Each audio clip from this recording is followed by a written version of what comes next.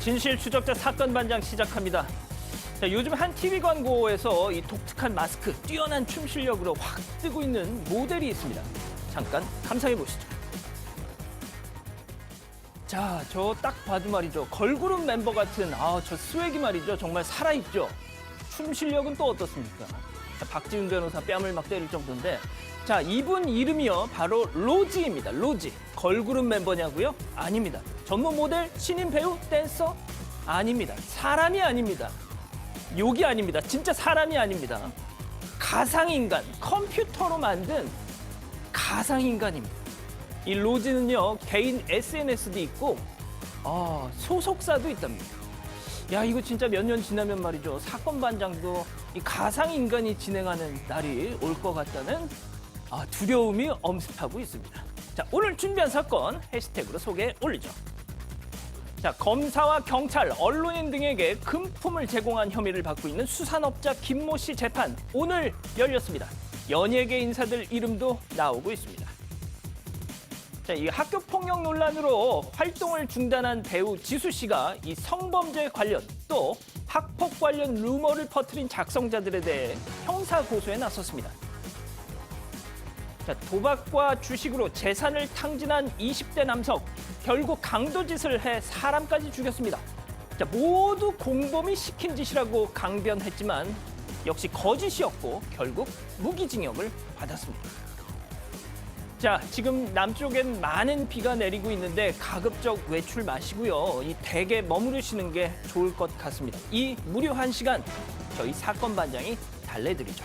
자, 대한민국과 전 세계 재해동포 가족 여러분의 시선을 모아서 출발합니다.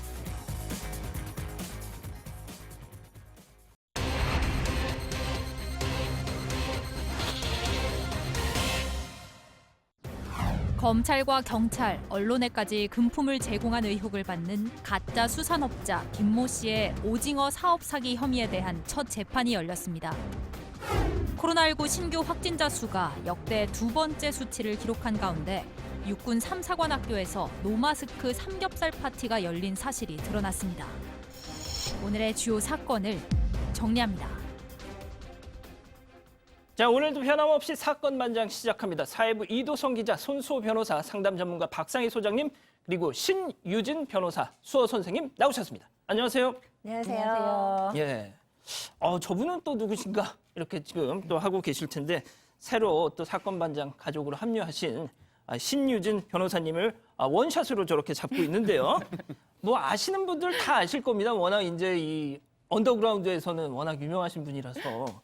자, 그런데 제가 이제 신유진 변호사님 나오시기 전에 뭐 좀 조사를 이것저것 좀 많이 했는데 다른 설명 필요 없습니다. 딱 이 별명 하나면 될 것 같습니다.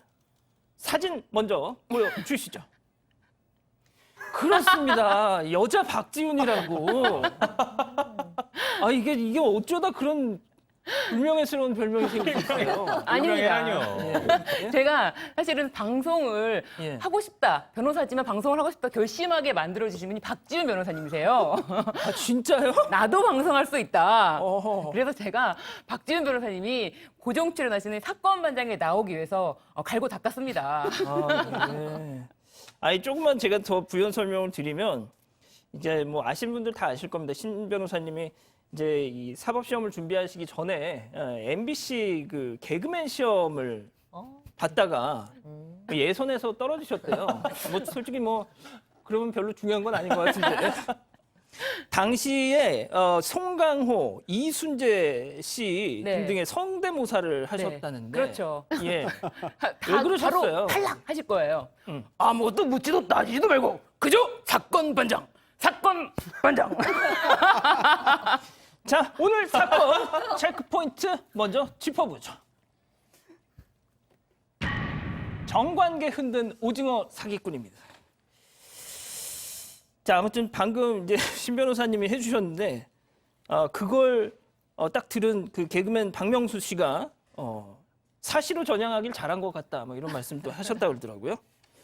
자, 일단 이 정관계 흔든 오징어 사기꾼 먼저 얘기를 가겠습니다. 이 수산업자라고 지금 뭐 불리고 있잖아요, 김모 씨. 근데 뭐 굳이 따지면 수산업에 종사한 적이 없어요. 그 가짜 수산업자죠. 사기 행각이었잖아요. 자, 그런데 오늘 지금 재판이 열리고 있는데 모습을 드러냈습니까? 카메라 앞에? 일단 원래 예정대로라면 이제 3시 재판이 시작되는 상황입니다. 그래서 이제 아마 이제 법원에 들어갔을 것으로 보이는 상황인데 일단 현장에 간 취재진이 이제 또 얘기를 전해오는 대로 또 전해드리도록 하겠습니다. 일단 오늘이 3차 재판입니다. 그동안 재판이 2차례 열렸는데 그동안은 사실 이 사람에 대한 이 주목도가 높지 않았습니다. 그런데 이 김모 씨가 사실 여러 유력 인사들과 연루가 돼 있고 금품도 줬다 이런 내용이 알려지면서 갑자기 관심을 받게 됐습니다. 그 이후에 처음 재판이 열렸고 그래서 이목이 집중되는 상황입니다. 이 가짜 수산업자 김모 씨 같은 경우에는 총 116억 원 규모의 사기를 벌인 그런 혐의를 받고 있습니다. 그리고 이제 유력 인사들에게 금품 전달 사실이 알려졌는데 오늘 첫 재판에서 이런 금품 관련 언급이 있을지 좀 주목이 되는데요. 김 씨 비서 역할을 하던 전직 직원 등 2명이 증인으로 출석할 예정이라고 합니다.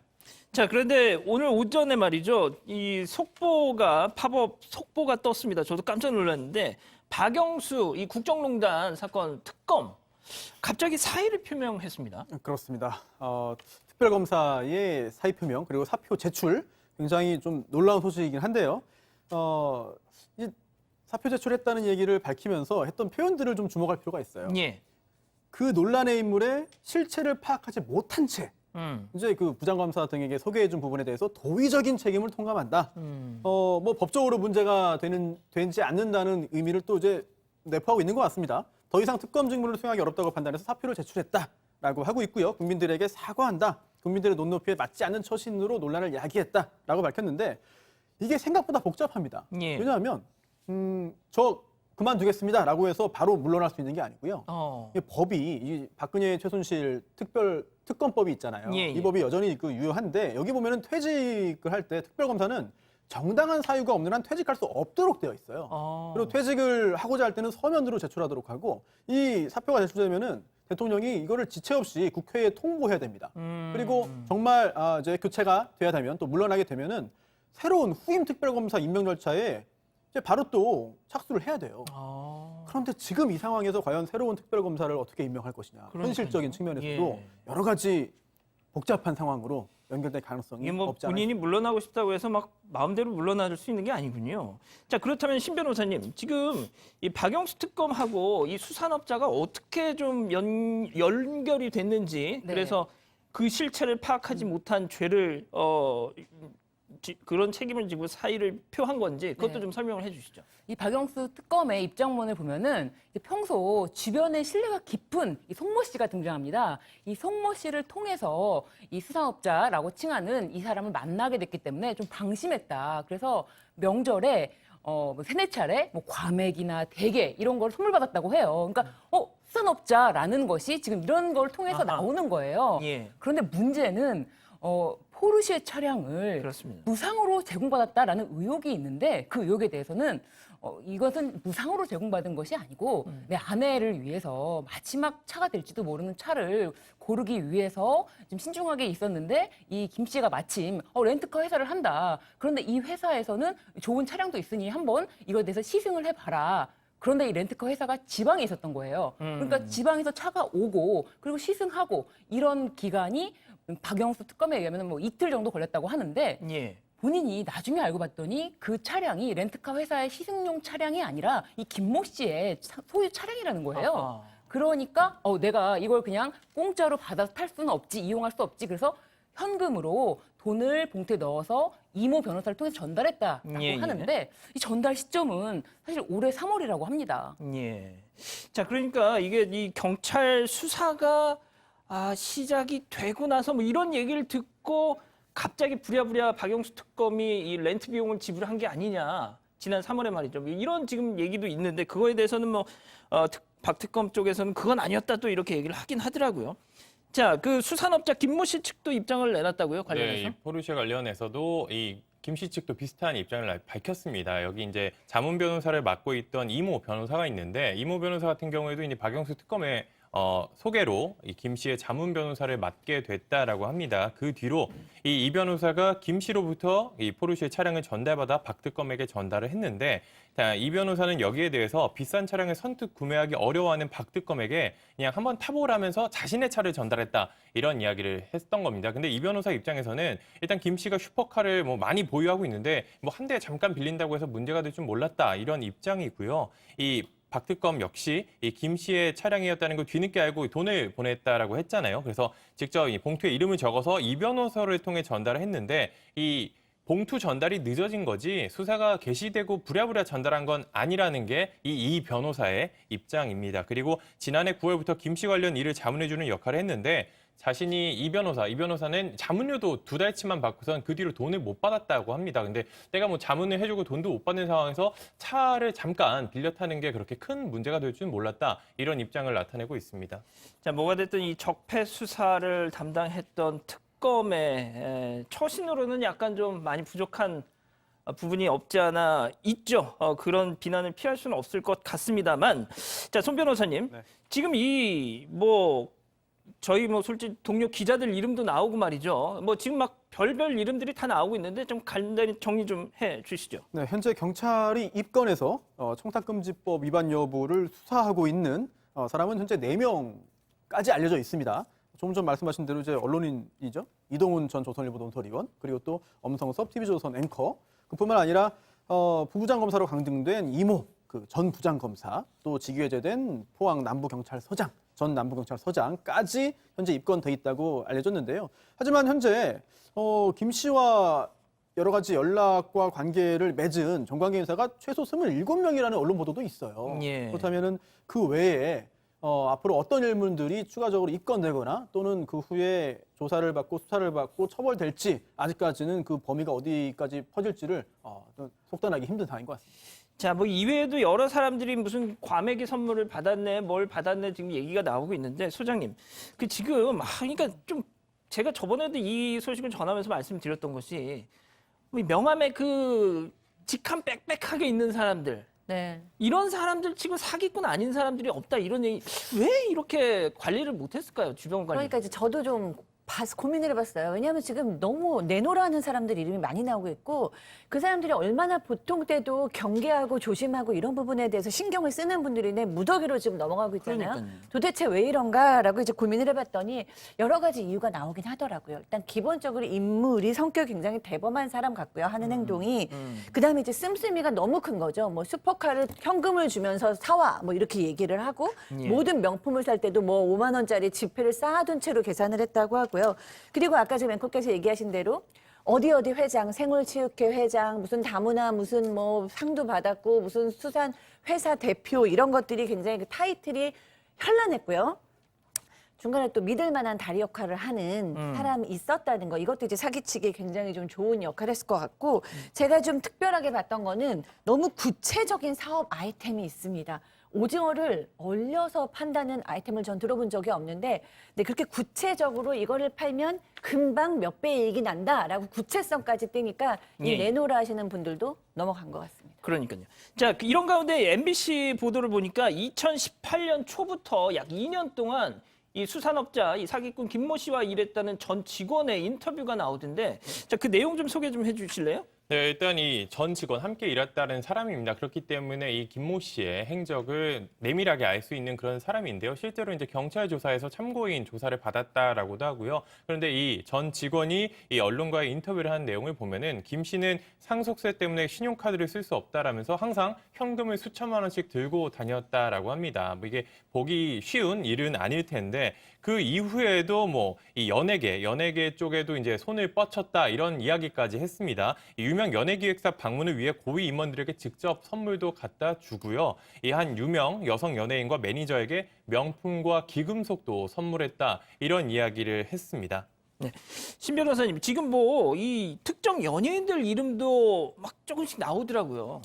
네, 이게 참 그 연예인의 이름도 거론될 정도라면은 이게 도대체 얼마나 큰 사건입니까? 예. 단지 그냥 정관계 이사 그런 인사들뿐만 아니라 이 김 씨의 전 직원이었다는 사람이 이 관련한 다양한 기사의 캡처본을 올리면서 김 씨의 전 여자친구가 연예인이다. 결혼까지 생각했던 사이인데 내가 이 김 씨의 심부름으로 뭐 포르쉐 차량을 내가 직접 갖다 주기도 했다. 그런데 이 여성도 피해자다라고까지 밝혔어요.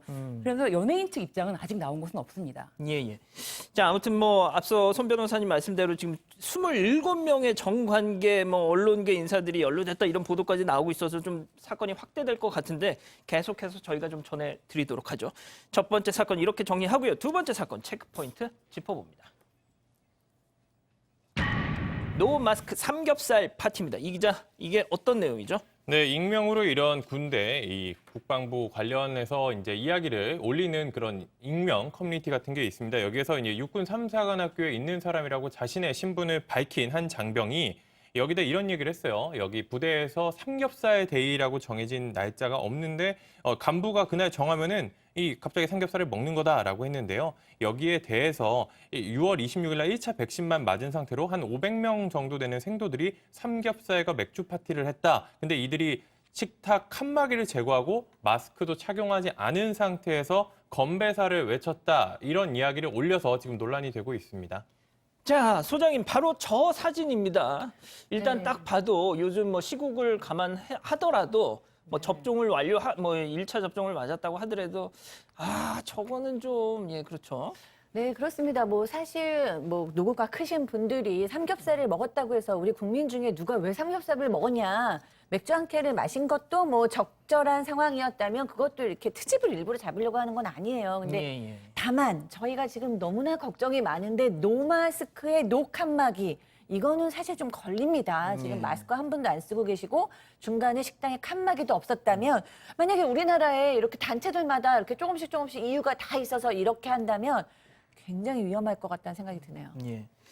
자, 육군 측에서도 입장을 내놨죠. 네, 육군 측에서는 사실 이 생도 식당이 원래 1,100명 정도의 규모가 이용하는 식당인데 이 식당에 500명 정도가 식사를 한 것이고 이때 뭐 칸막이를 설치하지 않은 것은 이 삼겹살을 굽는 과정에서 좀 그런 일이 있었다. 그런데 이게 방역 수칙을 어긴 것은 아니다. 왜냐하면 지금 이 생도들이 5월 1일부터 아예 외부와 격리돼서 생활하고 있는데 그 생도들이 또 6월 30일부터는 이제 사기 훈련에 들어간다고 합니다. 그래서 사기를 북돋아주고 격려를 하기 위해서 한 것이지 뭐 이게 크게 방역수칙을 위반한 것이 아니라고 하는데 이게 참 저희가 받아들이기는 쉽지가 않죠. 왜냐하면 육군 장교가 되실 분들이신데.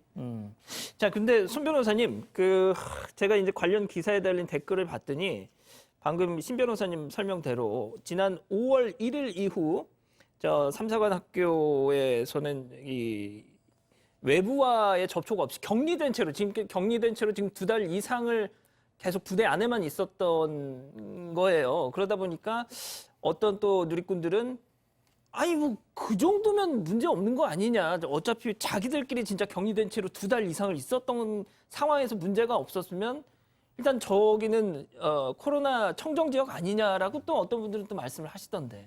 그럴 수도 있죠. 하지만 그 모든 인원이 다 격리되어 있던 건 아니기 때문에 어딘가에 방역의 허점이 생길 수도 있다. 이런 가능성이 전혀 없다고 단정할 수는 없는 것이죠. 그런 측면에서 많은 분들이 걱정을 하고 있는 것 같고요. 또 방역 수칙 위반은 아니다라는 부분, 뭐 일부 일리도 있습니다. 하지만 어디선가 문제가 생길 가능성은 있는 것이고. 물론이죠. 예, 그리고 또 저렇게 오랜 기간 출타 통제를 해서 사기가 떨어졌다 하더라도 꼭 모여야 되느냐? 또 저런 뭐 사기를 북돋아주기 위한 그런 행사 꼭 해야 되느냐?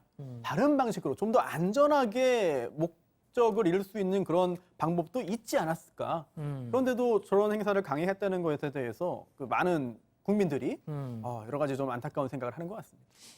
진짜 뭐 이 접종 완료라고 말할 수 있으려면 이 한 방 맞아서 끝나는 얀센이 아니고서는 다 2번 이상은 접종을 해야 되는 상황인데 지금 저 사진 속에 나왔던 사관생도들은 다 1차 접종만 완료가 됐던 상태라서 이런 논란이 또 나오는 것이죠. 자, 그런데 이 기자, 지금 너무 심각해요, 이거 진짜. 어제 하루 신규 확진자가 1,212명입니다. 그래서 그 전날에는 700명대였는데 갑자기 이게 늘어서 1200명이 넘은 적이 있었나라고 다시 한번 제가 자료를 찾아보니까 지난해 3차 대유행 때 12월 25일이었습니다. 그때 1240명, 이게 코로나19 사태가 발생한 이후로 최고점이었고 그다음 두 번째예요. 이게 그렇군요. 상당히 지금 심각한 상황입니다. 지난달까지만 해도 한 300에서 700명대 이 정체 구간이었는데 이달 들어 800명으로 치솟다가 갑자기 1000명, 1200명을 넘어버린 상황입니다. 지금 상당히 심각해서 4차 대유행이 현실화되는 게 아니냐 이런 이야기까지 나오고 있는데요. 일단 정부 관계자는 오늘 같은 유행이 계속 확산되면은 조만간 4단계 기준도 충족할 거라고 예상을 했는데 이렇게 기준이 충족하면은 이 사회적 거리두기 개편한 4단계적 적용을 즉시 검토하겠다 이런 이야기를 했습니다. 방금 그 그래프로 보니까 되게 이제 확 와닿는데요, 이게. 자, 그런데 이 삼사관학교 얘기를 했는데 논산훈련소에서 지금 뭐 집단 감염이 나왔다네요? 네, 맞습니다. 이 국방부 발표에 따르면은 오전 10시 기준으로 육군 훈련소에서 37명이 이제 확진 판정을 받았다고 합니다. 상당히 많은 수치입니다. 이게 예전에 이 한 부대에서 한 60명 정도가 한 번에 나온 적이 있는데 그 이후로 이제 두 번째로 많은 단일 부대에서 가장 많은 수치가 나온 건데요. 일단 이 가운데 이제 36명이 같은 부대에서 훈련을 받은 사람입니다. 37명 가운데 36명이요. 이 36명은 입영 후에 2차례 진단검사 그리고 2주 의무 격리가 끝난 뒤 정상적으로 훈련을 받던 사람들입니다. 그러면 이 상태에서 일파만파 더 커질 수도 있는 상황이거든요. 그래서 일단 선제적으로 동선이 겹치는 400여 명을 대상으로 진단검사를 했는데 일단 90명 정도는 음성으로 확인됐고 나머지는 결과를 기다리는 상황이라고 합니다. 자, 손 변호사님. 네. 진짜 이 1년하고 5개월 정도 지났으면 이제는 마스크를 둘러싼 이런 시비로 문제가 생기는 건 이제 그만해야 할 때 되지 않았나요, 이거? 하지만 여전히 여러 가지 사건, 사고가 터지고 있어요. 네. 마스크 관련해서. 특히 이틀 전에 한 온라인 커뮤니티에 편의점 점주가 이제 글을 올렸는데요. 손님이 왔는데 마스크를 쓰고 있지 않았던 겁니다. 근데 다른 손님도 있으니까 빨리 좀 써달라. 당연하죠. 그랬더니 처음에 마스크를 사서 쓰겠다라고 했음에도 좀 빨리 쓰라고 하니까 이제 화가 났나 봐요. 그래서 욕설도 하고 아이고. 폭행도 하고 심지어 우산으로 때리고 주먹으로 때리고 뺨도 아이고. 때리고 턱도 때리고 나중에는 칼 들고 와서 죽이겠다고 위협도 하고. 진짜요? 네, 이거 또 파출소에 가서는 또 살인 사건 날 거다라고 말도 협박도 하고 그걸 고소를 준비 중이라고 합니다. 알겠습니다. 자, 오늘 사건이 여기까지 하고요. 마스크는 제발 좀 꼭 좀 쓰고 다니시죠. 자, 다음은 오늘 인물 이어갑니다.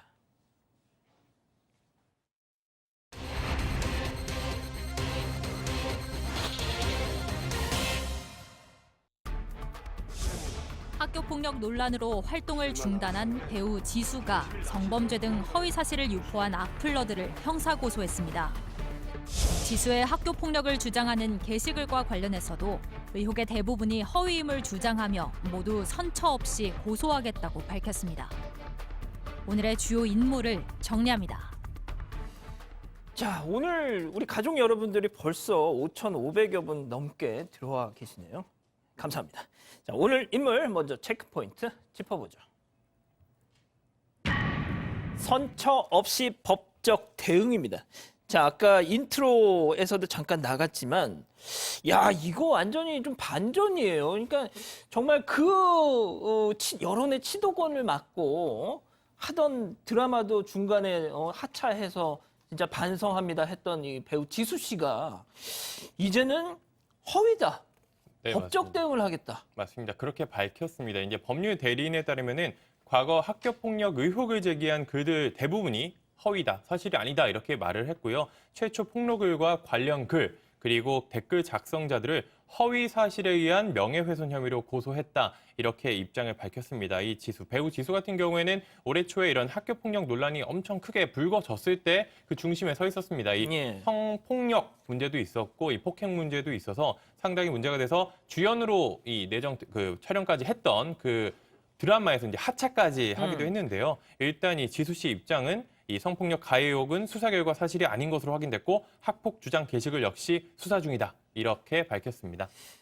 자, 변호사님, 일단 그러면은 성폭력 가해 의혹 지금 이 기자가 그거는 사실이 아닌 걸로 확인이 됐다라고 했다는데 진짜 그거 내용부터 좀 짚어볼까요? 네, 이 성폭력 가해 의혹이라고 해서 아니 이런 일이 무슨 일이야라고 할 텐데 이 글을 최초로 작성하고 유포한 사람이 사실은 지금 훈련소에서 자필 편지를 보내왔다는 거예요. 어떤 편지요? 네, 본인이 원래는 이 작성한 내용을 보면은 이 지수가 자신의 아내를 성폭행했다 과거에 이렇게 글을 작성했었는데 예. 이것은 사실이 아니고 허위입니다. 그리고 내가 당시에 2021년 3월에 글을 작성했는데 그때 당시에 군 입대를 앞두고 스트레스가 너무 심해서 불안감에 그런 글을 작성했고 지금 현재 저의 이제 어머님이 암투병 중이니 부디 헌처를 부탁한다. 정말 잘못했다라고 진심 어린 사과를 했다고 해요. 그러니까 지수 측 법률 대리인 쪽에서는 아무래도 이 첫 번째 이 사람이 진심 어린 사과를 한 것으로 받아들여서 이 사람에 대해서만큼은 선처를 조건 없이 해주고 그렇지만 다른 사람들, 그다음에 무작위적으로 학대 재생산한 다른 사람들에 대해서는 엄벌에 계속 호소하겠다라는 입장입니다. 아니 저희가 처음 이 학폭 논란이 지수 씨 논란이 불거졌을 때도 이 내용을 전해드렸는데 손 변호사님 그때도 너무 그러니까 학폭 중에서도 아주 강도가 좀 세가지고 저도 기억이 나는데 아니 그러면은 지금 뭐 좀 아닌 거예요? 이거 성 이거는? 일단 좀 나눠서 봐야 될 것 같은데 당시 의혹이 굉장히 다양하게 나왔거든요. 예. 의혹이 다양해서 놀라웠고 또 수위도 굉장히 높았기 때문에 많은 분들이 이제 놀랐는데 일단 성 관련된 그런 성범죄 의혹에 대해서는 당시도 부인을 했습니다. 그 당시에도. 그리고 그 중에 일부는 조금 전에 이야기 나온 대로 사실이 아닌 것이 확인됐다고 지금 주장을 하고 있는 것이고요.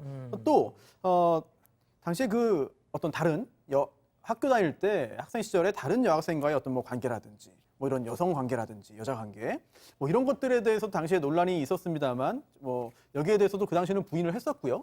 또 폭행과 관련한 그런 학교 폭력들이 있습니다. 여기에 대한 논란도 당시에 있었어요. 그건 제보도 있었고 문제 제기도 있었는데 일단 여러 방송에서도 또 제보자 취재도 하고 굉장히 좀 시간과 노력을 많이 들여가지고 당시에 방송했던 걸로 기억이 나는데 일단 지수 씨 입장에서는 사실이 아니다. 이거는 거짓이다. 그런 일 없다라는 입장을 공식적으로 발표한 거죠. 자 일단 이 폭력 가해 의혹을 제기했던 지금 군 훈련소에 가 있다는 이 사람은 소장님, 그러니까 입대 전 군 생활에 대한 불안감에 이런 허위 글을 작성했다. 뭐 지수 씨의 어떤 의혹은 일단 별도로 하고 말이죠. 네. 아니 자기 군 생활 불안감하고 이게 무슨 상관이 왜 이러는 거예요, 진짜? 네, 쉽게 납득이 되지는 않습니다. 예. 그러니까 뭐 차라리 내가 그때 너무너무 스트레스가 심해갖고 뭔가 스트레스를 해소하려다 보니까 연예인을 대상으로 너무 하지 말았어야 될 장난을 쳤다라거나 과한 실수를 했다라고 얘기하면은 제가 이해가 빠를 텐데 내가 군대 가기 전에 너무 불안하다 보니까 이런 행동을 했다는 건 물론 사람이 불안감이 높아지면 뭔가 행동이 나오기는 합니다. 근데 이 정도 되면 굉장히 좀 이상하고 좀 심각한 행동을 한 거거든요. 불안하다고 해서 이렇게 그러니까요. 연예인 한 명에 대한 악의적인 어쨌든 뭐 이분은 이게 정말 사실이라면 군대 생활에서도 좀 개인적으로 좀 걱정스럽기 때문에 좀 보호를 치료를 받아야 되지 않을까라는 수준이고요. 그다음에 뭐 지수 씨는 이렇게 함으로써 나는 관대하다. 나에게 용서를 구하는 사람에 대해서는 용서할 수 있다라는 뭐 면모를 보인 거니까 글쎄 어디까지 진실인지 모르지만 어떻게 이렇게 흘러갔네요. 예. 자, 이 기자, 그럼 학폭 의혹, 그러니까 처음에 의혹으로 제기됐던 내용들도 한번 정리를 해보죠. 네, 이게 한 온라인 커뮤니티에 이제 글을 올라오면서 사실관계가 알려지기 시작했는데 그 이후에 이 글쓴이 그리고 이런 학폭 피해를 당했다라고 주장한 사람들이 언론에 직접 인터뷰도 많이 했습니다. 앞서서 이제 손 변호사님도 잠깐 짚어주셨는데 그 내용을 살펴보면은 되게 구체적입니다. 이 한 어떤 중학교에 나온 김지수, 이 배우 지수의 본명인데 본인이 동문이라고 소개를 하면서 어떤 악행을 했다, 이런저런 악행을 했다라고 하면서 상당히 구체적인 정황들을 적었어요. 이 따돌림도 주도하고 뭐 하교하는 학생들을 향해 비비탄 총도 쐈다. 이 지수 그리고 일진들에게 중3 때 괴롭힘을 당했다. 이런 이야기를 썼습니다. 그래서 상당히 그 당시에도 논란이 많이 되고 보도도 많이 나오고 그런 상황이었는데 여기에 대해서도 허위 사실이라는 게 배우 지수의 입장입니다. 본인이 좀 무고하기 때문에 이런 악의적으로 쓴 글 자체가 허위 사실이고 이를 위해서 학교 폭력을 저질렀던 의혹 자체가 대부분이 허위다. 그렇기 때문에 이 수사 결과를 통해서 이 사실관계를 확인하겠다. 이런 입장을 나타내고 있는 겁니다. 아니, 그러니까 제가 지금 잘 진행을 하면서도 이해가 잘 안 되는 것이 분명 그때 자필 사과문도 내고 드라마에서도 하차하고 또 소속사도 나가서 근신하는 모습을 보였잖아요. 근데 이제 와서 왜 이러는 것일까? 당시 했던 이야기들이 이래요. 저로 인해 고통받은 분들에게 사과한다. 과거에 저지른 비행에 대해서 어떠한 변명의 여지도 없다. 용서받을 수 없는 행동들이었다라고 이야기를 했습니다. 예. 이제 반성이라고 하는 거는 잘못한 게 있기 때문에 인정을 하고 반성하는 그렇죠. 거잖아요. 실제로 그렇게 했고. 하지만 이제 이번에 내놓은 입장문을 보면은 완전히 달라요. 정반대입니다. 의혹들 사실 아니다. 오히려 내가 고소했다. 앞으로 수사가 진행될 것이다. 라는 건데 사실 당시 어떤 일이 있었는지 실제로 지수 씨가 어떤 행동을 당시에 했는지 저희가 알 수는 없습니다.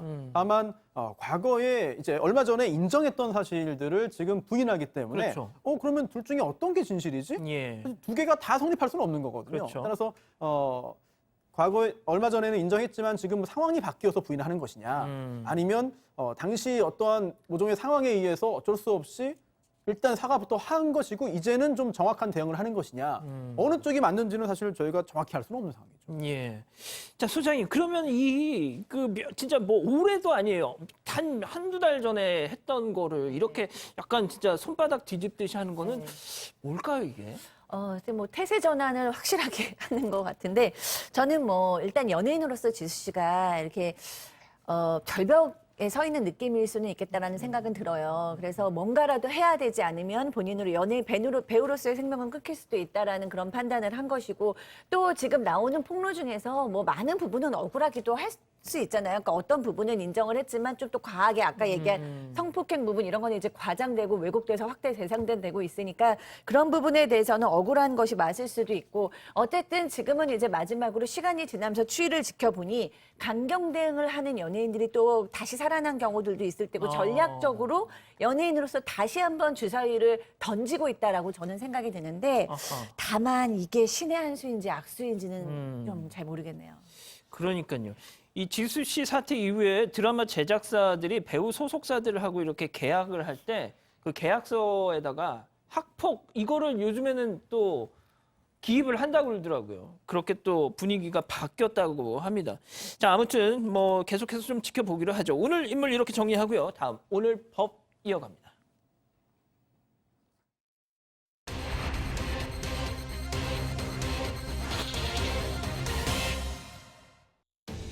금 100돈을 사겠다며 판매자를 유인해 살해한 20대 남성이 무기징역을 선고받았습니다. 마약류로 지정된 식욕 억제제를 남자친구에게 건넨 40대 약사가 재판에 넘겨졌습니다. 오늘의 주요 재판을 정리합니다. 자, 첫 번째 재판 어떤 사건입니까?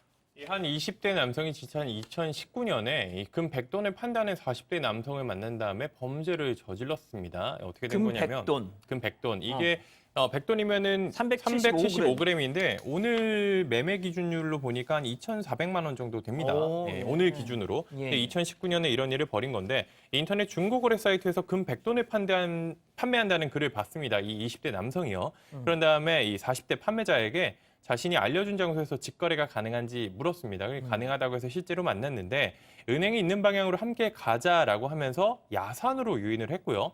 판매자의 차에 올라탄 뒤에 대화를 나누다가 이 숨겨둔 둔기를 꺼내서 이 피해자에게 내리쳐서 이 정신을 잃게 했습니다. 그래서 이 판매자가 가지고 있던 이 순금 팔찌와 반지, 목걸이 등 총 한 2,600만 원 상당을 훔쳐서 달아났습니다. 이 피해자는 일단 크게 다친 다음에 정신을 잃었는데 그 이후에 병원으로 치료를 받다가 숨을 거뒀습니다.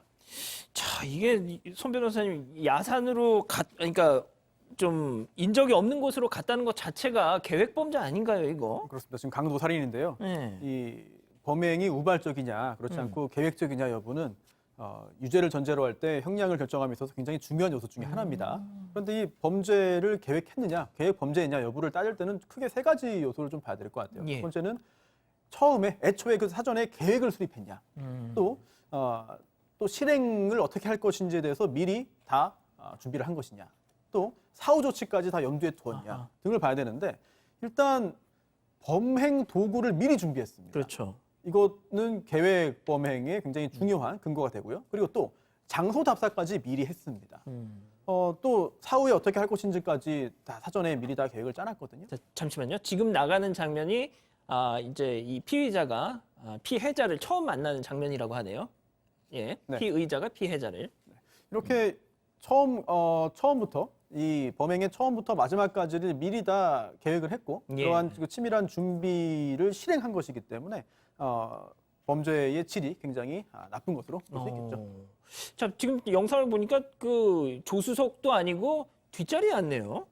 자, 그런데 제가 자료를 읽어봤더니 이 폭행을 둔기로 폭행을 하면서 이 피해자가 그만 때려라 살려달라 막 애원을 하는데도 계속 했다고 하더라고요, 소장님. 그러니까요. 저는 뭐 이 사람이 맨 처음에는 이렇게까지 나쁜 모습은 아니었다고 해요. 맨 처음에 이제 20대잖아요. 예. 그러니까 4년 전에 몇 살에 집을 나왔는지는 모르지만 어쨌든 집을 나왔습니다. 그래서 한 4년 정도는 열심히 일을 했대요. 그래서 젊은이가 4천만 원 정도를 모아서 그렇게 자기가 뭔가를 잘 살아보려고 했던 때가 있는데 그러다가 그 돈을 온라인 도박하고 주식으로 다 날린 겁니다. 그래서 4천만 원 당연히 다 썼고요. 1,300만 원 정도 이제 빚까지 지니까 그때부터 이제 이런 범죄를 내가 이제 돈 문제를 어떻게 해결하지라고 고민을 하다가 해결한 게 바로 강도인데요. 그렇지만 그럼에도 불구하고 이해가 되지 않는 게 예컨까지 얘기하신 대로 너무 잔인하게 처음 보는 사람을 자기 이익을 위해서 둔기로 계속 내려쳤다라는 것 그리고 이제 그 후에 우리가 설명할 방법들이 보면 굉장히 기본적인 인품이나 성품에도 좀 문제가 있지 않나라는 생각이 좀 드네요. 자, 그런데 처음엔 오리무중이었습니다. 대포폰을 썼다는 거 아니에요? 자, 그런데 아무튼 이 피해자가 남긴 마지막 진술이 핵심 단서가 됐다고요. 네, 일단 이 피의자, 범행을 저지른 사람은 달아났습니다. 도망쳤는데 그 뒤에 피해자가 이제 크게 다친 다음에 정신을 잃었다가 잠시 뒤에 깨어났어요. 그래서 인근 이제 사람들이 있는 쪽으로 도망가던 중에 행인을 만났습니다. 그런데 크게 다친 상황에서 이 행인에게 금 100돈을 사겠다는 사람에게 강도를 당했다.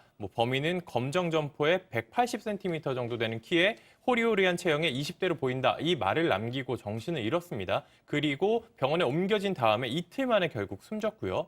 이게 수사가 이뤄졌지만 이미 피해자는 숨진 상황이었어요. 그래서 단서는 이 목격자가 들은 이것밖에 없었는데 이 CCTV 수백만 대를 모두 분석한 끝에 결국 붙잡았는데 신장이 178cm, 체중은 65kg 정도 예. 피해자가 마지막으로 얘기한 인상착의와 같았던 겁니다. 그렇군요. 자, 그럼 여기서 첫 번째 재판 체크포인트 짚어보죠. 공범이 시켰다? 이런 주장을 폈던 건가요? 네, 정말 좀 심란하고 갑갑한 얘기인데요. 이 사람 지금 뭐라고 얘기를 하고 있냐면요. 이게 사실은 공범이 시켰습니다라고 얘기하면서 본인은 이제 공범이 시켜서 흉기를 동구를 산 것도 사실이고 피해자를 범행 장소로 유인한 것도 사실인데 죽인 것도 공범이 죽였고 그다음에 이제 내가 이걸 돕지 않으면 우리 가족을 살해하겠다고 나도 협박을 당했다. 공범이 이렇게 살해까지 할 걸 나 자기는 상상도 못했다라는 이상한 얘기를 하고 있었습니다. 신 변호사님, 근데 아까 CCTV 영상 보면 다시 한번 보여주실래요? 그거 보면은 일단 혼자 와서 뒷자리에 앉아서 그냥 가던데 공범이 어디 있죠? 그러니까 본인이 피해자를 유인해서 범행 장소까지 데리고 간 것은 맞다. 그렇지만 실제 실행은 공범이 했다라고 주장을 하는데 그러면 공범이 얼굴이 어떻게 생겼나 물어보니까 모른다는 거예요. 이름은 뭐냐? 모른다는 거예요. 그걸 자기가 모르면 누가 알아요? 그러니까 나이도 모른대요, 심지어. 그래서 그럼 어떻게 얘기를 하고 어떤 식으로 대화를 했냐라고 하니까 그거는 텔레그램으로 얘기를 했기 때문에 지금 증거가 남아있지 않는다. 이렇게 얘기를 하는 거예요. 예. 그래서 도저히 공범의 존재에 대해서 그러면 입증할 수 있는가 봤더니 이 범행 현장 요 주변에서 미리 이거를 자신이 계획하고 어떻게 해야 되지? 요걸 다 샅샅이 미리 살펴보고 있었던 거예요. 그래서 공범이란 없고 너의 머리 생각 속에 있었던 거구나 라고 판단할 수밖에 없는 거죠. 예. 자, 그런데 손 변호사님, 결국 1심 재판부 지금 저런 공범이 있었다, 공범이 시켜서 죽였다 뭐 이런 주장을 했던 건데 그럼 1심 재판부 판단은 어땠습니까? 당연히 유죄 판결이고요. 이 강도살인죄 등이 인정됐는데 이 강도살인죄만 해도 법정형이 사형 또는 무기징역이에요. 그런데 1심에서는 징역 40년형이 선고됐습니다. 즉 법정형보다는 이제 내려간 거죠. 낮아진 거죠. 예. 재판부가 이렇게 봤어요. 조금 전에 우리가 살펴본 대로 이게 공범 검찰 조사 때는 다 이제 자백을 했다가 진술했다가 재판 때는 다시 이거 공범이 시킨 대로 했다고 이야기를 하고 있는데 인정할 수 없다. 이거 소설 같은 주장이다. 이거 책임을 좀 덜어보기 위해서 이야기하는 거다라고 비난을 했습니다. 예. 하지만 그러면서도 아직 교화갱생 가능성에 대한 기대를 단념하기 아하. 어렵다라고 해서요. 법정형이 사형 또는 무기징역임에도 징역 40년형을 1심에서 선고했습니다.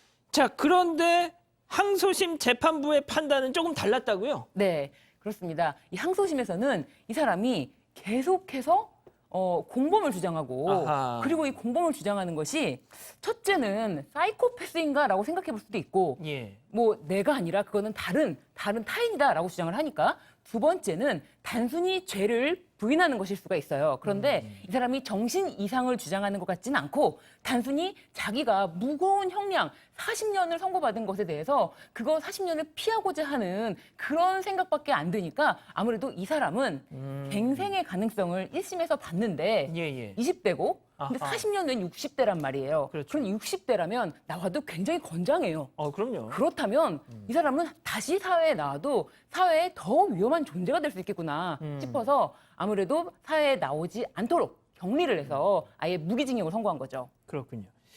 자, 복불복님이 우리 신 변호사님이 지금 좀 불편하신 것 같다고. 불편하신가요? 아니요. 편하신가요? 네, 제가 아주 예. 재밌게 설명하려고 하다 보니까 좀 예. 이렇게 오버액션이 좀 들어가네요. 아무래도 그렇습니다. 개그맨 지명생이다 보니까. 예, 알겠습니다. 자, 첫 번째 재판 일단 이 정도로 정리하고요. 두 번째 재판 체크포인트 짚어보겠습니다. 사랑의 마약? 이게 무슨 소리죠? 이 연인 사이에 마약류로 이제 지정된 약품을 건넨 사건입니다. 한 40대 연인 관계였는데 이 40대 여성, 이 여자친구가 약사였습니다. 근데 이 남자친구에게 이 자신이 처방받아서 보관하고 있던 이 마약성 식욕 억제제를 직접 건넨 이런 사건인데요. 재판에서 이들 둘 사이의 대화가 조금 공개가 됐습니다. 이 남성 같은 경우에는 범행 전날 여성에게 수면제 강한 거 좀 달라 이렇게 이야기를 했고 여성은 다이어트 약 그리고 식욕 억제제는 남는 게 많다 이런 취지로 이야기를 하니까 이 남성이 그것도 달라 연예인들을 주면 좋아한다 이런 말을 보냈더니 여성은 약사입니다. 약사인 여성이 소문나면 큰일 난다 나 면허 정지다 이런 이야기를 나눴습니다. 일단 뭐 처방전이 필요한 약을 약사가 그냥 주면 당연히 안 되는 거잖아요. 그렇습니다. 게다가 이 약품의 성격이 또 중요할 텐데요. 예. 왜냐하면 이 마약류 관리에 관한 법률이 있습니다. 여기 마약도 있고요. 또 대마도 있고 그리고 또 향정이라고 부르죠. 향정신성 의약품입니다. 근데 지금 이 문제의 식욕 억제제가 바로 여기서 말하는 향정, 즉 향정신성 의약품이에요. 이 성분 중에 굉장히 좀 오용되면 또 남용되면 안 되는 향정으로 지정된 그런 성분이 있기 때문에 예. 함부로 주면 안 되거든요. 그런데 약사임에도 불구하고 뭐 이런 그 취급자가 마약류 취급자가 뭐 정당한 사유가 없는데도 뭐 전 남자친구에게 예. 이렇게 근거 없이 전달했기 때문에 양도했기 때문에 당연히 기소가 됐고요. 또 이 약사도 일단 그렇게 준 다음에 걱정을 했어요. 안 되는 걸 아니까요, 당연히. 그렇죠. 그래서 이거 거기에 대해서 좀 걱정을 하는 그런 문자 메시지를 보냈는데 남자친구는 야, 내가 널 그렇게 만들 것 같냐? 걱정하지 말아라. 라는 그런 안심의 문자 메시지를 그런 취지의 문자 메시지를 보냈습니다. 내가 아무렴 널 곤란하게 만들겠냐 뭐 이렇게 했던 건데 자 일단 이 두 사람이 지금 연인 사이였다는 건데 말이죠. 어쩌다가 이게 재판정까지 간 겁니까? 네, 이들이 연인 관계였을 때는 뭐 비밀로 해주면서 서로 간에 지켜줬을 텐데 헤어진 거예요. 아하. 2019년도 4월에 헤어지고 나서 여성이 남성을 사기죄로 고소를 합니다. 아무래도 뭐 거액의 돈을 빌려가거나 뭐 그랬던 것 같아요. 이 약과는 별개로. 네, 예, 약간 예. 전혀 무관하게 사기죄로 구성을 하니까 남성이 협박성 메시지를 보냅니다. 그래서 약사님 저에게 이런 거를 주셨네요. 식욕 억제제라면서 이런 것도 주셨네요. 라고 메시지를 보내요. 그래서 경찰이 추궁하다 보니 이 여성이 한 달 만에 5월에 자수를 하게 됩니다. 그렇군요. 네. 자 일단 이 정도만 딱 들으시면 우리 가족 여러분들도 어떤 지금 상황인지 다 감이 잡히실 텐데 제가 이 관련 기사에 달린 댓글들을 좀 봤거든요, 소장님. 물론 이 약사분 잘못했죠. 근데 이 남자도 진짜 치사하다. 네. 지금 그런 말씀들 많이 하시더라고요. 그러니까요. 그 방송에서 뭐 찌질하다 이런 용어 쓰면 안 되죠. 근데 뭐 저는 안 해도 이제 소장님 하셔도 돼요. 예. 그 말이 너무 생각이 나가지고 안 할 수가 없거든요. 예. 그 이 여자 잘못했죠. 직업 윤리를 완전히 저버리셨기 때문에. 근데 본인이 뭐 자수했다고 하니까 죗값을 치르시게 될 거고요. 이 남자는 저는 처음부터 의심스러워요. 그러니까 진짜 사랑하는 연인이 필요했던 건지, 약이 필요했던 건지, 아니면 돈벌이가 필요했던 건지. 어쨌든 맨 처음부터 이용했다라고 생각할밖에 없고요. 이거 사실은 뭐 어쨌든 사기도 쳤다는 거잖아요. 그럼요. 근데 거기다 대놓고 약사님 뭐 저한테 그거 주셨던 거 나 말하는 게 너무 얄밉고 이래서 이 남자분 같은 경우에 조금 엄중하게 처벌을 받았으면 좋겠는데 그게 가능할지 모르겠습니다. 그렇군요.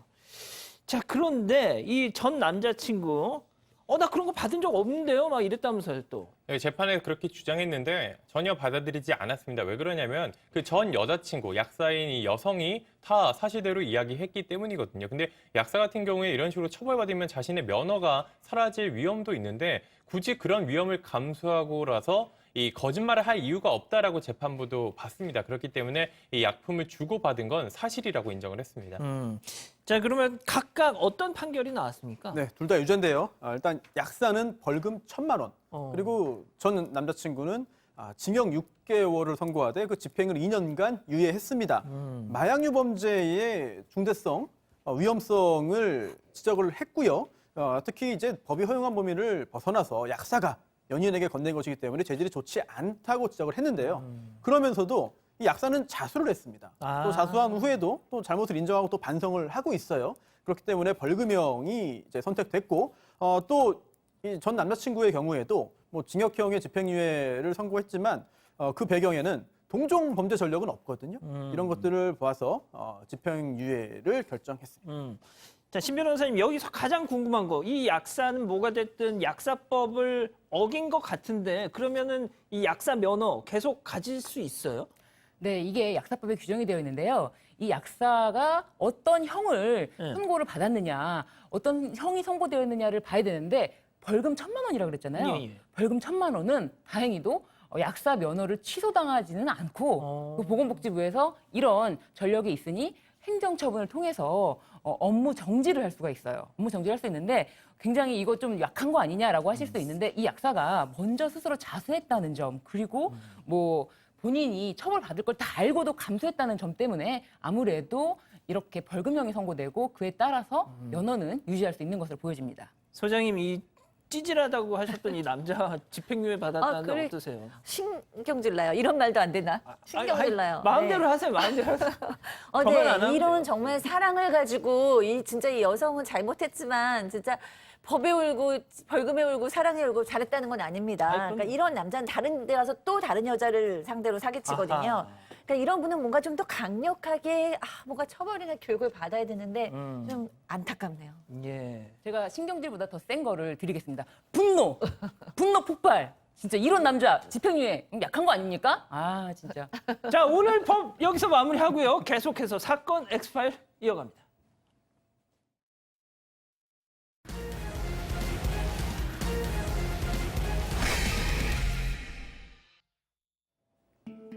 지난 2018년 한 남성이 몸에 달라붙는 운동복인 레깅스 차림으로 서 있던 여성의 뒷모습을 몰래 찍었다가 재판에 넘겨졌습니다. 1심에서 유죄 선고를 받았지만 항소심 재판부는 죄가 되지 않는다고 봤습니다. 피해 여성이 경찰 조사에서 기분이 더러웠고 어떻게 저런 사람이 있을까? 왜 사는 걸까 하는 생각을 했다라고 진술을 했는데 이게 무죄 이유 중 하나가 됐습니다. 불법 촬영은 성적 수치심을 느낄 만한 신체를 촬영한 범죄인데 피해 여성이 불쾌감이나 불안감을 넘어 성적 수치심까지 느꼈다고 보긴 어렵다고 판단한 겁니다. 가족 여러분은 이해가 가시나요? 이 사건 이후 법조항에 있는 성적 수치심이라는 단어를 두고 문제 제기가 이어지고 있습니다. 국어사전에는 수치를 다른 사람들을 볼라치 없거나 스스로 떳떳하지 못한 것 이렇게 정의하고 있습니다. 이 때문에 피해자다움을 강조하는 수치라는 용어를 바꿔야 한다는 주장입니다.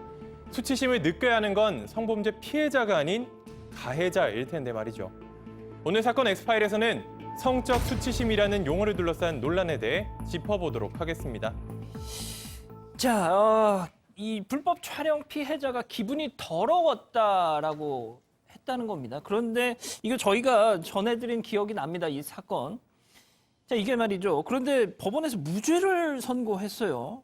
불법 촬영을 한 건데 그래서 내가 기분이 불쾌한데 말이죠.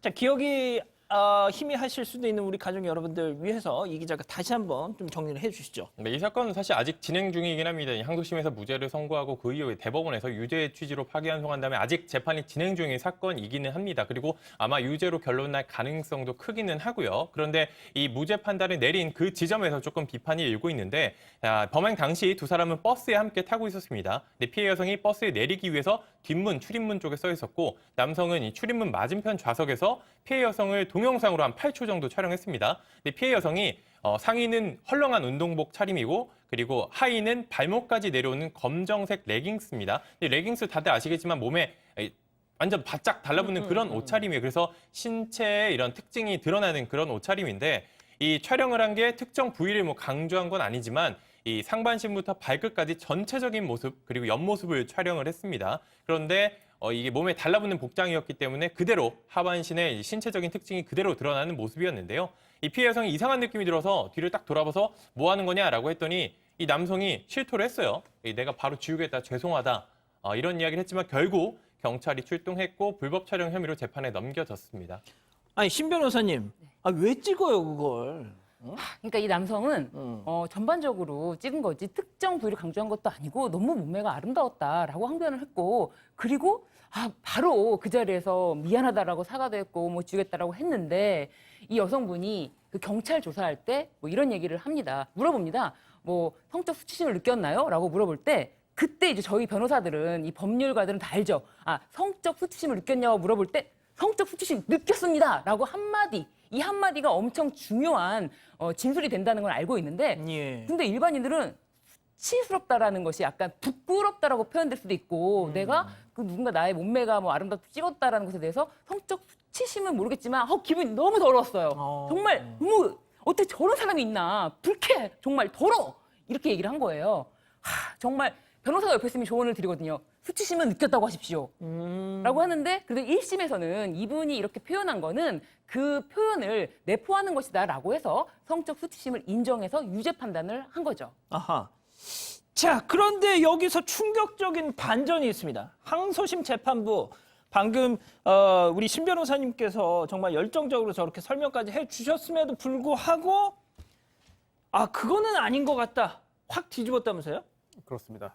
지금 문제가 된 게 성폭력 범죄 처벌에 관한 법률에 있는 그 카메라 등 이용 촬영죄잖아요. 그럼 이거는 요건이 굉장히 엄격해요. 그래서 이걸 다 충족해야만 처벌 가능합니다. 그래서 그 성적인 수치심 등을 유발할 수 있는 다른 사람의 신체를 촬영해야 되는 것입니다. 그런데 이게 좀 나눠서 보면은 더 복잡해지는데, 그래서 첫 번째, 레깅스라는 거는 평상복 아니냐, 옷 아니냐. 이거를 뭐 속옷도 아니고 일부러 들추고 찍은 것도 아니고 노출된 것도 아니고 본인이 입기 위해서 평상복으로 입은 옷을 촬영했는데 저게 과연 성적 수치심을 유발하는 다른 사람의 타인의 신체라고 볼 수 있겠느냐, 이런 논리고요. 또한 두 번째는 설령 찍었다고 해도 그게 과연 성적 수치심을 유발하는 일이냐라는 점에 대해서도 그렇게 않다고 본 거죠. 왜냐, 이 성적 수치심이라고 하는 거는 좀 제한적으로 봐야 되는데 불쾌감, 단순한 불쾌감이나 어떤 불안감 정도까지 성적 수치심에 다 포섭시킬 수는 없다. 따라서 이 사건의 경우에는 뭐 불쾌감, 불안감은 몰라도 성적 수치심까지는 아닐 것이다 라고 보아서 항소심에서는 무죄로 판단했습니다. 자, 소장님, 저게 납득이 되시지 않는 표정이에요. 예. 아니 좀 어렵게 느껴지기는 하는데요. 뭐 죄다 안 죄다 이렇게는 뭐 제가 법조인이 아니니까 뭐 얘기를 못 하겠는데 저는 제 주변의 사람들이 레깅스에 대한 생각이 좀 다 다르다는 걸 알고 있어요. 그러니까 레깅스를 입은 걸 봐도 건강해 보여, 아무렇지도 않아, 그냥 뭐 일상복이야라고 생각하는 사람들이 남자도 여자도. 그리고 또 어떤 사람들은 레깅스를 입고 그냥 뭐 플라잉 요가나 요가를 하는 그런 그림만 봐도 이거 너무 야해. 뭐 누가 레깅스를 입고 다니면 어떻게 저런 옷을 입고 다녀, 이렇게 생각을 하거든요. 그렇기 때문에 사실은 이 사진을 찍은 사람이 성적인 욕망을 가지고 찍었는지 아닌지는 본인만이 사실은 잘 알고 있는 거죠. 판사나 그 법정에 있는 그 어떤 분들도 사실 잘 모를 것 같은데, 중요한 거는 찍힌 사람이 굉장히 수치심을 느끼고 기분이 나빴고, 그다음에 이제 어쨌든 불법 촬영은 맞는 거기 때문에 이게 무죄라고 볼 수는 저는 없다는 생각이 좀 들어요. 자, 그런데 여기서 또 반전. 대법원이 야, 항소심 재판부 너희 좀 판단이 좀 잘못된 것 같다. 파기환송 돌려보냈잖아요. 맞습니다. 이 항소심 같은 경우는 되게 좁게 봤습니다. 이 불안감이나 불쾌감은 성적 수치심에 해당하지 않는다고 봤는데 대법원은 이 판례에 따라서 그렇지 않다라고 봤어요. 분노나 뭐 공포, 모욕감도 여기 성적 수치심이라는 그 단어에 해당한다고 본 겁니다. 이게 이 성적 수치심을 좁게 정의하는 건 사실 피해자가 이 수치라는 단어 제가 설명드렸잖아요. 부끄럽고 창피해야 된다는 걸 강요하는 겁니다. 이 수사기관에서도 이 수치심이라는 걸 확인하기 위해서 조사를 할 때 그런 식으로 물어보거든요. 수치심을 느꼈느냐? 이 수치심 감정이라는 거는 사실 사람마다 받아들이는 게 다르기 때문에 이걸 좀 폭넓게 봐야 한다는 게 결국 이 대법원의 판단입니다. 대법원 역시 뭐 노출 정도나 촬영자의 의도, 촬영된 이미지, 특정 부위 부각 여부 등을 종합적으로 고려해야 된다. 이렇게 판례를 남기고 있고요. 현재 그래서 파기환송돼서 현재 재판이 진행 중입니다. 다만 이 성적 수치심이라는 게 해석의 여지가 너무 넓기 때문에 사람마다 다 다르게 느끼고 어떻게 판단하냐에 따라 결과가 달라질 수 있다는 게 문제점으로 지적되고 있는 겁니다. 신 변호사님, 왜 뭐 이게 다 달라요, 재판부마다. 그런 게. 이 단어에 집착하기 때문이에요. 이 여성이 표현한 거 내가 왜 살아야 되느냐. 나에게 정말 너무 불쾌했다라고 표현을 했는데 이 표현이 수치심이라는 표현은 아니지 않느냐라고 항소심에서는 아이고. 거기 단어에 너무 집착했던 건데 대법원에서 그렇게 그 단어 하나에 집착할 것이 아니라 모욕이라든지 그리고 공포라든지 그리고 분노라든지 이런 것이 바로 성적 수치심과 다를 바 없다라고 제대로 판단을 한 거예요. 그러니까 반드시 피해자에게 뭐 당신은 피해자였기 때문에 성적으로 수치심을 느꼈어야지 피해자가 됩니다라고 뭐 수사기관에서 질문을 하거나 그런 식으로 판단하면 안 된다라고 오히려 대법원에서 판단을 한 거죠. 아, 그렇군요.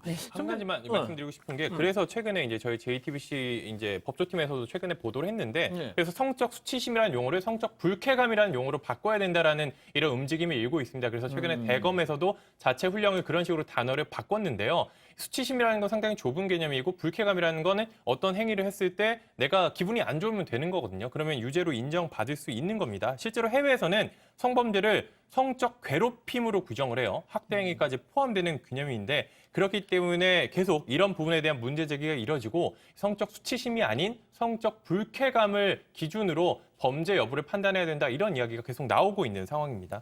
전 변호사님, 근데 저는 뭐 모르겠습니다. 이 법적인 표현이나 뭐 이런 거 저도 문외한이라서. 그런데 일단 그 불법 촬영의 이 피해자가 뭐 기분이 나쁘고 왜 불쾌하고 이런 그냥 하면 되는 거 아니에요, 이거? 이 사건 그리고 이런 유형의 범행만 놓고 보면 그렇게 적극적으로 해석하는 게 사회 정의에도 부합하고 그리고 우리들이 갖는 법 감정에도 당연히 부합할 거예요. 그런데 전체적으로 볼 때 형벌 규정은 엄격하게 해석을 하고 또한 객관적으로 해석을 할 수 있어야 하고 처벌 범위를 가능한 한 좀 넓히면 안 되거든요. 이런 부분들은 이 형법의 원칙이기 때문에 이러한 유형의 사건에서도 역시 그 원칙을 적용해야 한다라는 그런 좀 보수적인 그런 시각도 일각에서는 존재하는 거죠. 알겠습니다. 자, 오늘 엑스파일은 이 정도로 정리하고요. 이어서 사건 상황실 이어갑니다.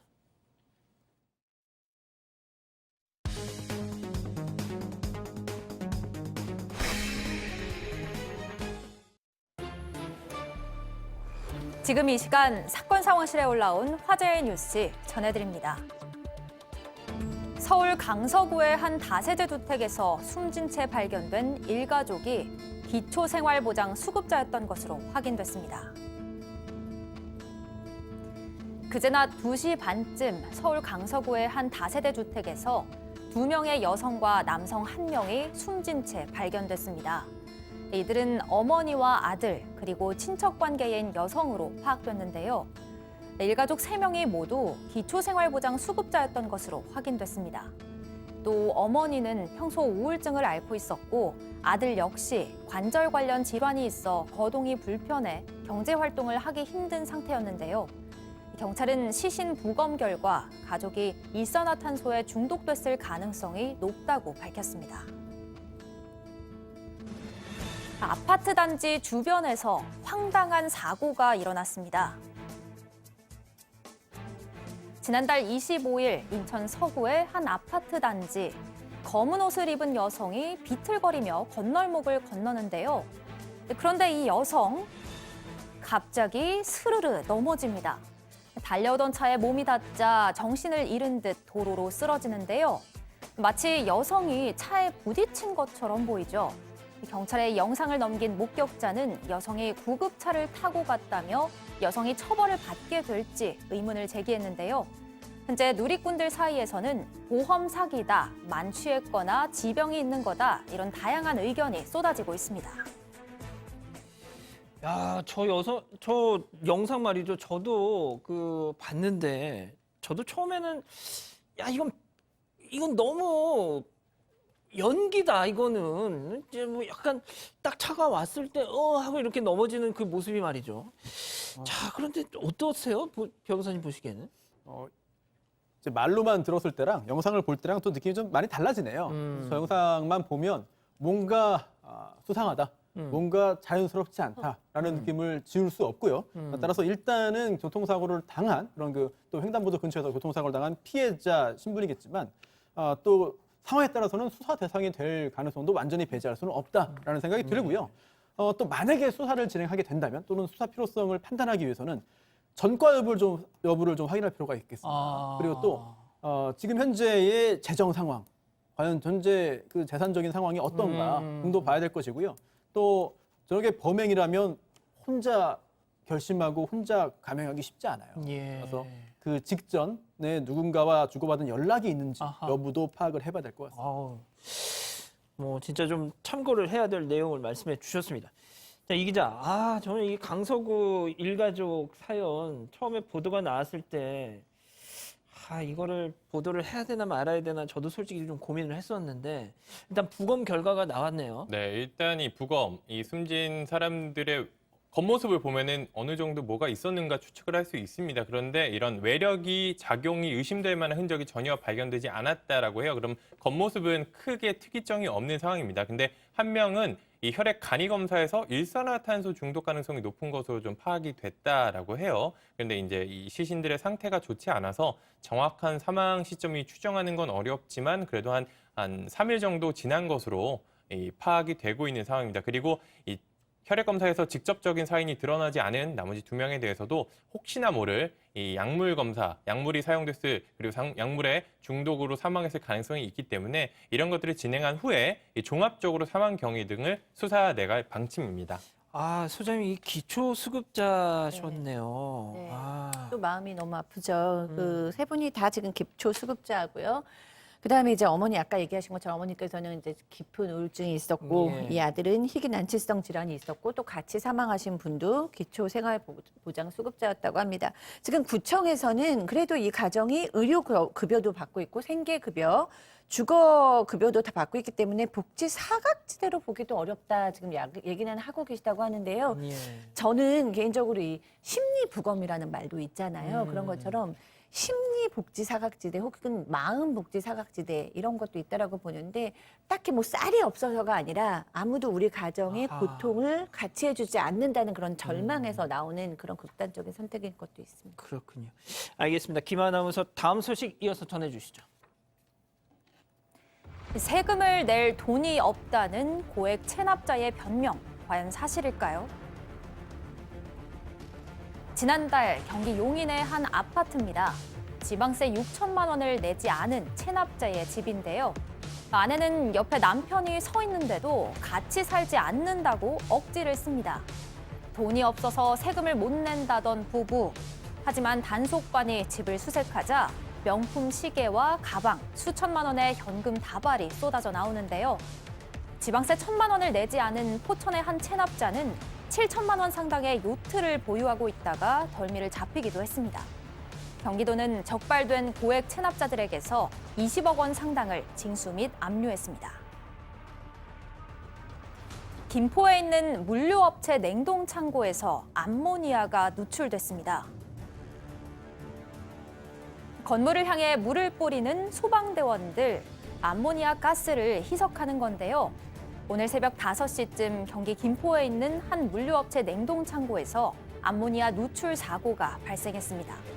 4톤가량의 암모니아가 새어나온 것으로 추정되는데요. 고농도의 암모니아 기체에 노출되면 폐 손상을 유발하고 심한 경우 사망할 수도 있습니다. 다행히 작업을 하던 2명이 대피해 인명 피해는 발생하지 않았지만 인근 3개 학교의 등교 수업이 중단됐습니다. 소방당국은 현장 수습을 마치는 대로 관계기관과 함께 정확한 사고 원인을 조사할 계획입니다. 주로 냉동시설에서 암모니아 누출 사고가 자주 발생한다고 하는데요. 큰 사고로 이어지진 않아서 천만다행입니다. 지금까지 사건 상황실이었습니다. 야, 진짜 이 주변 초등학교 큰일 날 뻔했네요, 진짜. 네, 그래도 이제 이 대고초, 대고초 병소유치원 등은 이제 일부 학교들은 이제 원격 수업 중입니다. 그래서 학교에 학생들이 등교하지 않고 있는 상황인데 일부 등교했던 학생들도 학부모와 연락해 귀가 조치를 했다라고 학교 측이 설명을 했습니다. 이게 새벽 시간대에 처음에 일어났습니다. 암모니아 물질이 누출됐는데 다행히 인명피해는 없는 상황입니다. 이 냉동창고에서 작업하던 2명은 긴급하게 대피를 했고요. 일단 소방당국은 현재 누출된 암모니아 물질을 희석하는 작업을 하고 있습니다. 이게 독극물이기 때문에 상당히 위험해서 희석한 뒤에 처리를 하게 되는데 일단 공장 내 암모니아 가스 약 4톤가량이 누출된 것으로 보고 정확한 사고 원인 등을 조사하고 있다라고 합니다. 자, 신 변호사님, 이 고액 체납자, 와, 진짜 저는 뭐 명품 가방까지는 100번 양보해서 오케이. 요트는 진짜 이건 아무나 가질 수 있는 게 아니에요. 그러니까요. 요트가 뭐 몇백만 원 하는 것도 아니고 그러니까요. 무려 몇천만 원. 심지어 지금 발견된 요트가 7천만 원 상당이라고 하는데요. 저거. 네. 예.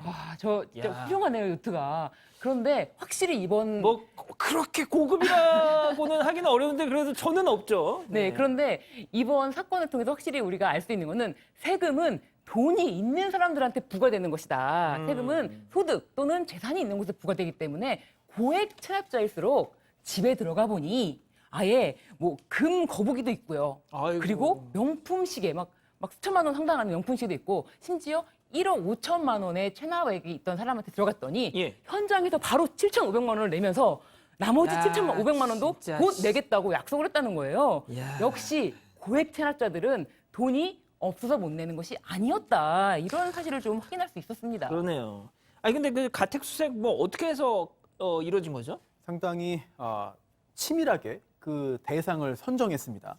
우선 1,000만 원 이상 고액 체납자들을 대상으로 했는데 그 중에서 이게 워낙 많기 때문에 다 할 수 없었어요. 그래서 그 중에서 제일금융권은행에서 수표를 발행한 다음에 그 발행했다고 다 수색한 게 아니고요. 그 수표를 사용하지 않은 사람들을 대상으로 했습니다. 수표를 발행하면은 그 다음에 이제 어떻게 했는지가 추적 가능하잖아요. 예. 수표를 발행하고 수표를 사용하지 않았다. 이거는 곧 돈이 있다는 얘기입니다. 그렇죠. 돈이 여유가 있기 때문에 발행한 수표를 사용하지 않고 가지고 있는 거거든요. 아하. 따라서 이러한 대상으로 좁혀서 총 28명 체납자의 집을 수색을 해서 은닉 재산을 발견했습니다. 그렇군요. 알겠습니다. 사건 상황실 이렇게 정리하고요. 이어서 사건 현장 넘어갑니다.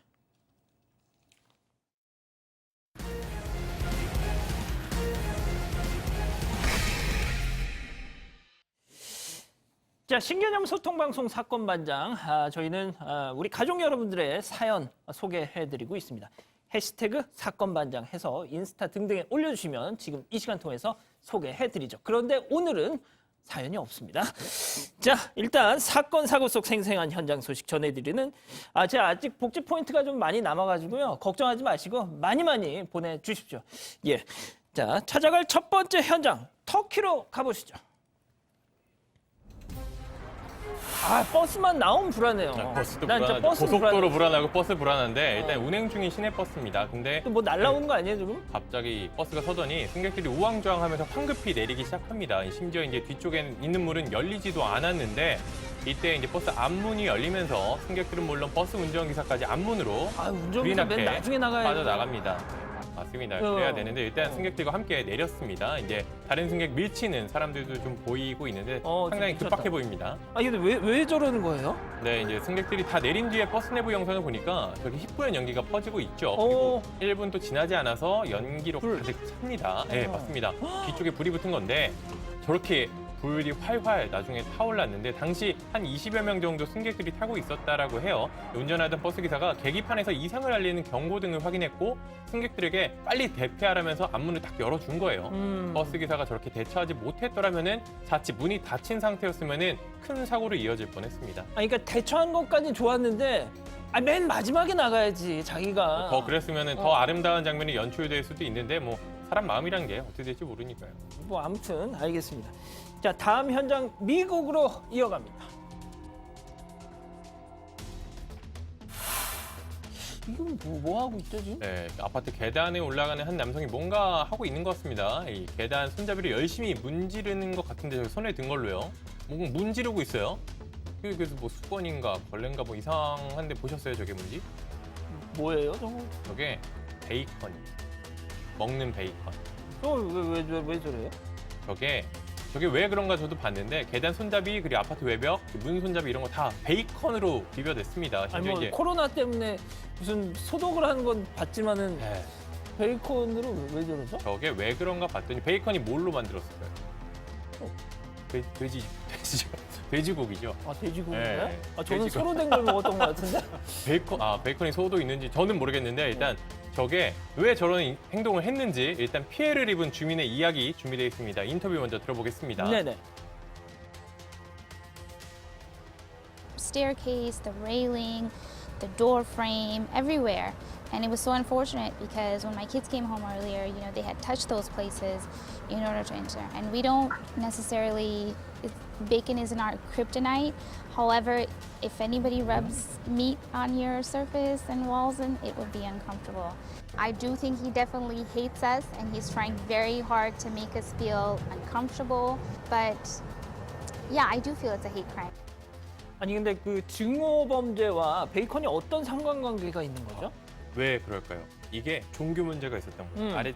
윗집 가족, 이 아랫집 사는 50대 남성이 저런 행동을 한 건데 윗집 사는 사람들이 무슬림이에요.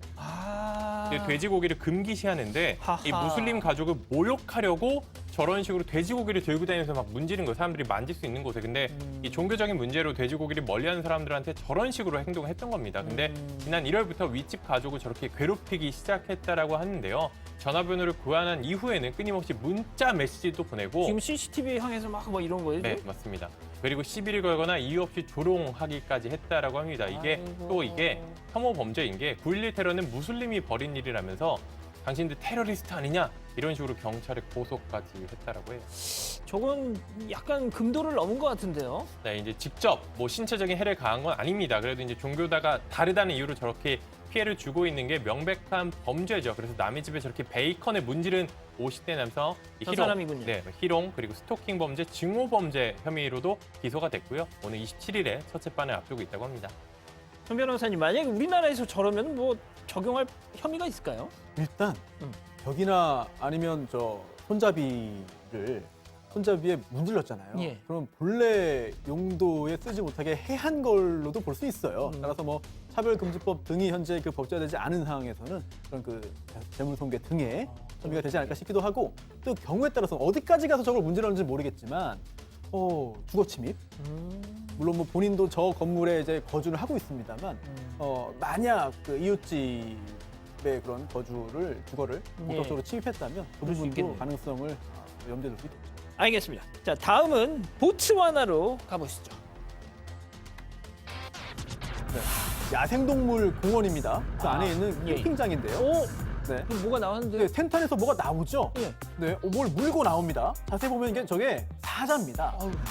예, 저 공원에 있는 사자인데 파란색 베개를 입에 물고 텐트에서 나온 거고요. 어둠 속으로 유유히 사라졌는데 지금 화면에 나오는 저 두 명의 남성 사실은 저기에서 묵으면서 해가 밝을 때, 날이 밝을 때 일출을 촬영할 계획이었습니다.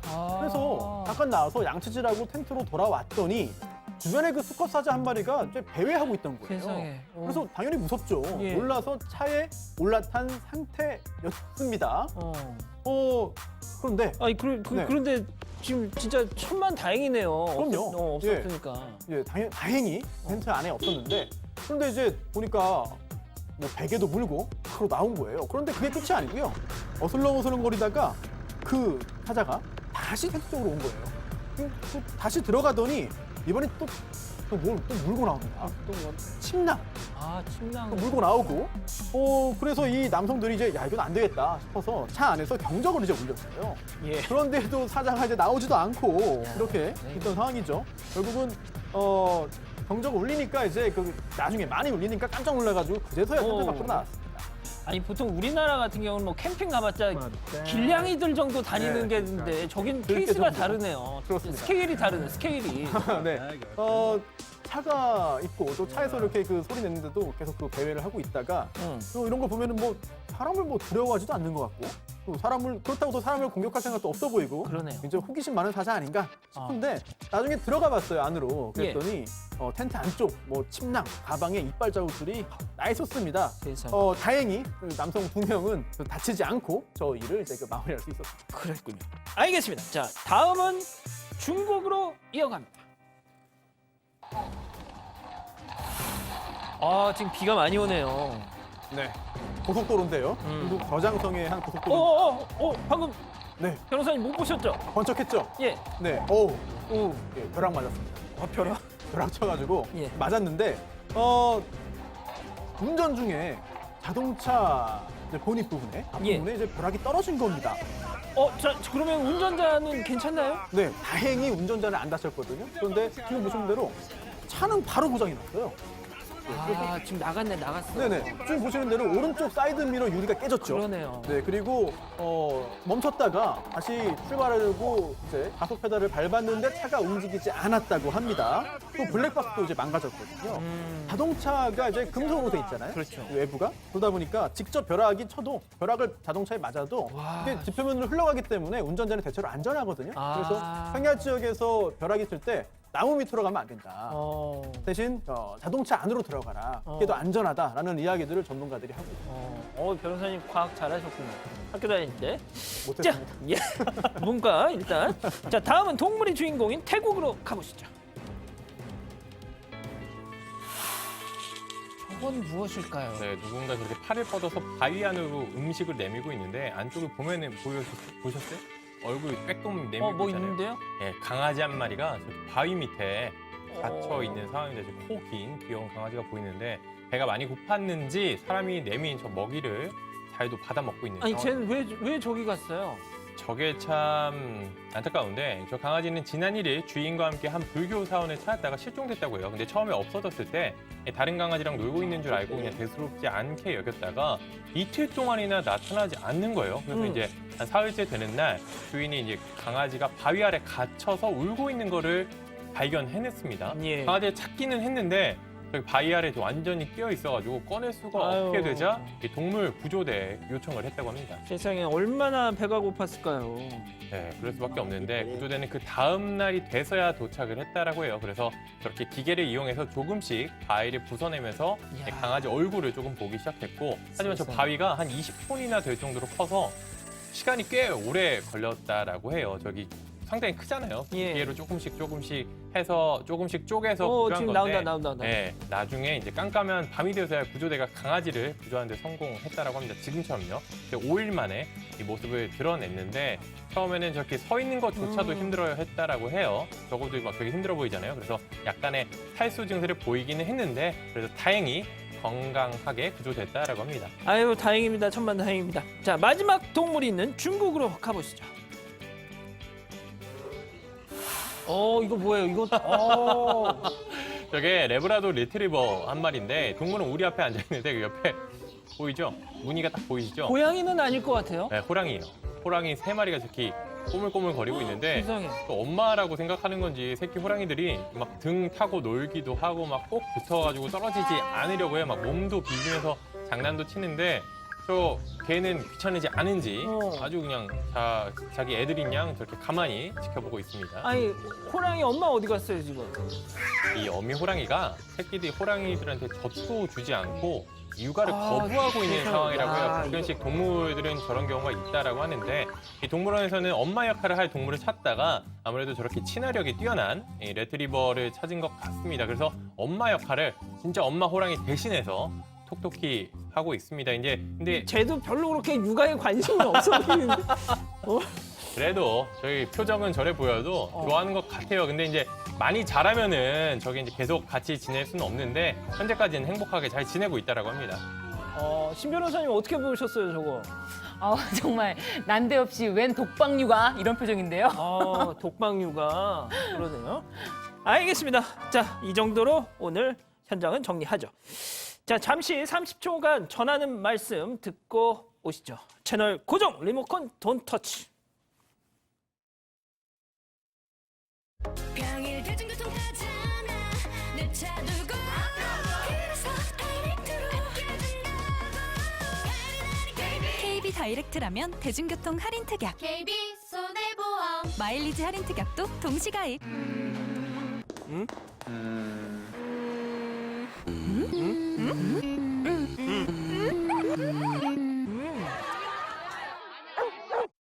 음으로 시작하는 크고 작은 모든 이야기 오양규님이 개야 조심해 나중에 너 먹혀 뭐 이런 말씀을 해주셨네요. 자, 오늘 준비한 소식은 여기까지입니다. 사랑하는 사반가족 여러분, 비 피해 없으셨으면 하고요. 저희는 내일도 별이 3개 오후 3시에 다시 옵니다. 자나깨나 코로나 조심, 안녕히 계십시오.